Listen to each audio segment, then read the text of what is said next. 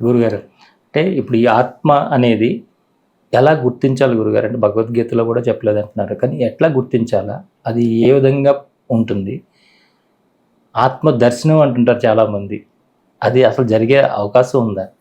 ఆత్మ దర్శనం అనేది జరగటం అనేది ఆత్మ ప్రతి శరీరంలో ఉంటుంది కాబట్టి హ్మ్.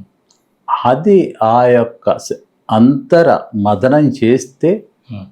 కొంతమందిలో అదృష్టవంతులకి ఆ ఆత్మ యొక్క స్వరూపం అర్థమవుతుంది. హ్మ్. అది విస్తృతమైన స్వరూపం విస్తృతం, హ్మ్. విస్తృతం కాదనుకుంటే కాదు. కానీ భౌతికంగా అది కనపడేది మాత్రం ఒక శనగ గింజ అంతే ఉంటుంది. అవును. అది హృదయం యొక్క తల భాగం నుంచి ఉండి మొదలయ్యి హ్మ్. ఇక్కడ ఇదంతా స్ప్రెడ్ అవుతుంది. లెఫ్ట్ భాగంలో హ్మ్. ఈ యొక్క భుజం వరకు స్ప్రెడ్ అవుతుంది. ఆ! ఇది చనుమన యొక్క పై భాగంనే, హ్మ్. అంటే హృదయం యొక్క శీర్షం నుంచి ఇక్కడ వరకు స్ప్రెడ్ అయి ఉంటుంది అన్నమాట. ఉంటుంది. అంటే అది పరిస్థితి ప్రకారం అది చిన్న శనగ గింజలాగా అవుతుంది, హ్మ్. తర్వాత స్ప్రెడ్ అవుతుంది. విస్తృతంగా. మొట్టమొదటి నాకు తెలియదు, హ్మ్. చాలా రోజులు తెలియదు. హ్మ్. ఇది ఆత్మే అని తెలుసుకోవడానికి నాకు చాలా కాలం పట్టింది. ఆ! నాకు కుండలిని అవేకనింగ్ అయిన తర్వాత హ్మ్. దాదాపు 4-6 ఏళ్ల వరకు కూడా నాకు అది ఆత్మే అనేది తెలియల. ఎందుకంటే అది ఎన్నో రూపాయలుగా నాకు దర్శనం ఇచ్చింది. ఆ! అంటే గ్రాస్నెస్ అంటే మళ్ళీ మీకు చెప్పాలి. హ్మ్. గ్రాస్నెస్ అనేది అనంత విశ్వం యొక్క సాలిడిటీయే శరీరంలో ఉంటుంది. ఆ! ఇదంతా నరాల చుట్టూ అల్లుకుని ఉంటుంది. హ్మ్. నరాల వ్యవస్థ అనేది అత్యంత దుర్భేద్యమైనటువంటి హ్మ్. శరీర వ్యవస్థ. ఆ!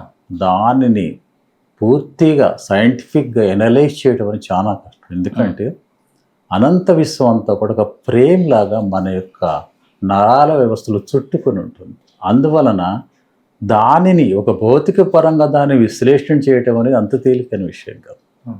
ఎందుకంటే దాంట్లో కావాలంటే న్యూరాన్స్ ఉన్నాయి అంటారు, అవి అంటారు, ఇవి అంటారు. అవి ఏంటి? హ్మ్. ఇదంతా కూడా అనంత విశ్వంలో భాగం.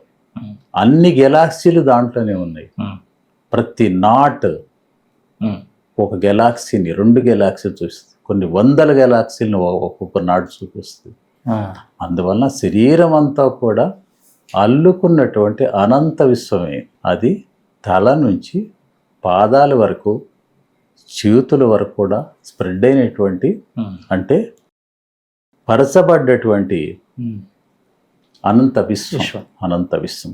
అందువలన body is fabricated with the universe అంటారు. Body is build with the universe. Body is structured with the universe. Body is the built with the universe. అన్ని రకాలు కూడా అంతా శరీరం అంతా కూడా it is like a spider network. Ah! The spider network of universe is the spider network of nervous system. అంటే 72,000 నాడులు కూడా ఈ సిస్టమ్ దీంట్లోనే ఉంటే 72,000 నాలుగు, దానికి ఏదో ఒక పదం ఉపయోగించారు. అంతే. We cannot, that is infinite అన్నమాట. ఆ! ఆ నరాల వ్యవస్థలో అన్నీ కూడా హ్మ్. నిగూఢంగా ఉన్నాయి. ఇదే అనంత విశ్వం. అవును. ప్రతి నాట్ అంటే ప్రతి జాయింట్ ఒక అనంత Galaxy. విశ్వంలో ఉండే కాస్మిక్ రీజియన్ని సూచిస్తుంది అది. ఆ! అటువంటిది ఎంత పెద్ద జంక్షన్ అయితే అంత ఎక్కువ హ్మ్. గెలాక్సీల సమూహం అది. హ్మ్. అటువంటి గెలాక్సీలు కొన్ని వేలు లక్షల సమూహాలు మన శరీరంలో ఉండిపోయినాయి. హ్మ్. అందువల్ల శరీరం అనేది కేవలం బ్లడ్, మజిల్, హ్మ్. స్కెలిటన్, తర్వాత ఇక మిగిలిన భౌతిక పదార్థాలు నిర్మించబడ్డది కానే కాదు. హ్మ్. ఇది అనంత విశ్వంతో నిర్మించబడింది. ఆ! అంటే మన యొక్క యాన్సిస్టర్ అనేది మన తల్లిదండ్రులు కాదు, ఆ! ఆ తల్లిదండ్రుల యొక్క తల్లిదండ్రులు కాదు. వాళ్ళు అసలు మానవులే కాదు, ఇంకా ముందున్నారు హ్మ్. జంతువులు, ఇంకా ముందునంటే వృక్షశాస్త్రం.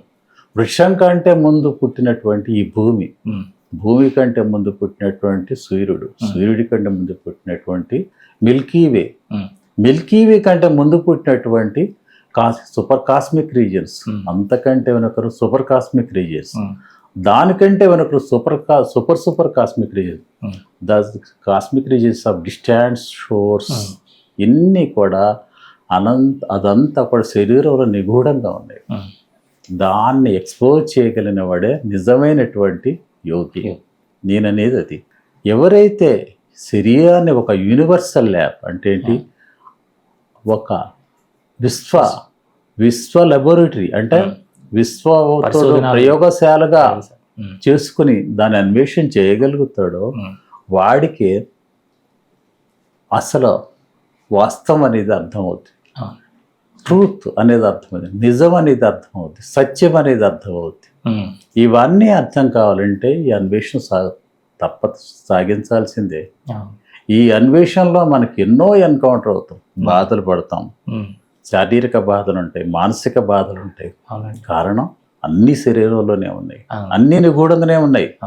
ప్రతి ఒక్కొక్క నర్వ్ జాయింట్ ఒక్కొక్కటి వ్యక్తపరుస్తుంది. అది దుఃఖాన్ని వ్యక్తపరిచే ఉంటాయి, సుఖాన్ని వ్యక్తపరిచే ఉంటాయి, అత్యానందాన్ని వ్యక్తపరిచే ఉంటాయి, కారణం లేనటువంటి బాధను వ్యక్తపరిచే ఉంటాయి, కారణం లేని విషాదాన్ని కూడా వ్యక్తపరిచే అన్ని దీంట్లో ఉంటాయి. కాబట్టి ఎప్పుడు పరిస్థితులకు అనుగుణంగా ఆ నర్వ్ కరిగినప్పుడు, ఆ నర్వులో నుండి జడత్వం కరిగినప్పుడు అంటే గ్రాస్నెస్ కరిగినప్పుడు మనకు అవి వ్యక్తీకరణం అవుతాయి.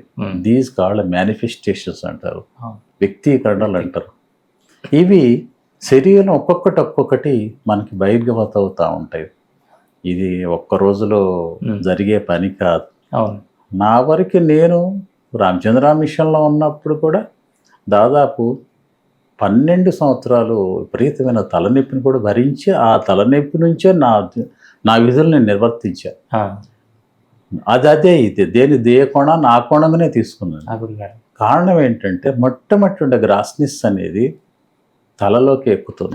ఎందుకంటే తల యొక్క సున్నితమైన ప్రాంతం కాబట్టి అక్కడ సున్నితమైనటువంటి నరాల వ్యవస్థ ఉంటుంది. బ్రెయిన్ తేలిగ్గా ఒక ఆలోచన క్యాప్చర్ చేసేటువంటి పదజాల మన దీంతో ఉంటుంది, ఏంటి కణాలతో ఉంటుంది. కాబట్టి అందువల్ల ఫస్ట్ తలనొప్పితో స్టార్ట్ అవుతుంది. అంటే హైలీ గ్రాసర్ ఎనర్జీ అనేది ముందు తలలోకి ఎక్కి విపరీతమైన తలనొప్పిని కంటిన్యూస్గా జరుగుతూనే ఉంటుంది. అప్పుడు ఒక సందర్భం నాకు ఇక్కడ ఒక చిన్న బుడిపెలా కూడా వచ్చింది. అదేంటంటే దట్ ఈస్ ఒక ఇంపార్టెంట్ నాట్. అది హార్ట్ యొక్క మొదల్లో ఉన్నటువంటి ఒక ఇంపార్టెంట్ అంటే ఒక నరాల జంక్షన్. ఆ జంక్షన్ నాకు చిన్న ఉబ్బినట్టు అయింది, నాకు అర్థం కాలేదు. చూపిస్తే డాక్టర్ చూపిస్తే ఏమన్నాడంటే దాన్ని అదేదో మోడ్ అన్నాడు, నోడ్ అన్నాడు. నోడ్ అని చెప్పి మరి ఏం చేస్తుందన్నాను. దానికి ఏమీ లేదు, దానికి ఏమీ చేయలేరు అన్నాడు. మరి నొప్పి ఉపశమనం కావాలంటే మీకు ఒక స్టెరాయిడ్ ఇస్తాను అన్నాడు. మరి ఇయ్యన్నా ఇచ్చి దానివల్ల నాకేం ఉపయోగం కాల. అది అప్పుడు అది ఏంటో నాకు తెలియదు. తర్వాత ఎవేకనింగ్ అయిన తర్వాత అదేంటో నాకు అర్థమైంది. ఎవేకనింగ్ అంటే కుండలిని ఎవేకనింగ్ అయిన తర్వాత అర్థమైంది.